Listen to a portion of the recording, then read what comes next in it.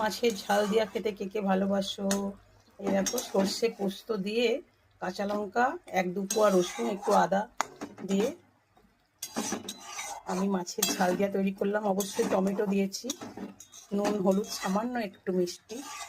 তো কড়া করে মাছগুলোকে ভেজে নিয়েছি, কারণ মাছের ঝাল দিয়াতে যদি মাছগুলো কড়া করে না ভাজা হয় তাহলে আমার তো ভালো লাগে না, বা আমাদের বাড়ির সবাই কিন্তু একটু কড়া ভাজা করে মাছের ঝাল দিয়াটা খেতে ভালোবাসে। এর মধ্যে এরপরে দিয়ে দেবো ধনে পাতা। ধনে পাতা লাস্টে ফিনিশিংয়ে দেবো। এই দেখো কেমন হয়েছে অবশ্যই জানাবে। এই দেখো একদম মাছের এই পেটিগুলো সব মাছের তেলে ভর্তি ছিল। এই দেখো